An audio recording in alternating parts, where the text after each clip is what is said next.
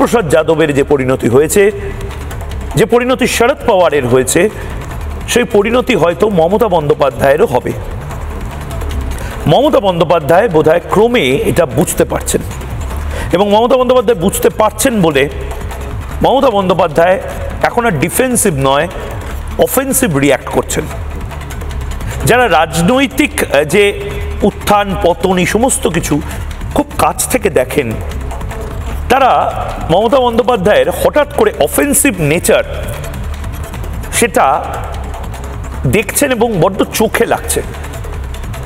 মমতা বন্দ্যোপাধ্যায় নিজের বক্তব্যের ক্ষেত্রে অফেন্সিভ ছিলেন এবং নিজের পলিটিক্সের ক্ষেত্রে ডিফেন্সিভ ছিলেন।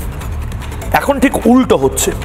মমতা বন্দ্যোপাধ্যায় ভবানীপুরের ফ্ল্যাট বাড়ি নিয়ে কিছু একটা বললেন, বলার পরেই মমতা বন্দ্যোপাধ্যায় হঠাৎ করে তার লজিক, তার জাস্টিফিকেশন দেওয়ার জন্য আবার মিডিয়াকে দেখে বলছেন আমি কিন্তু এর সব কিছু বলিনি।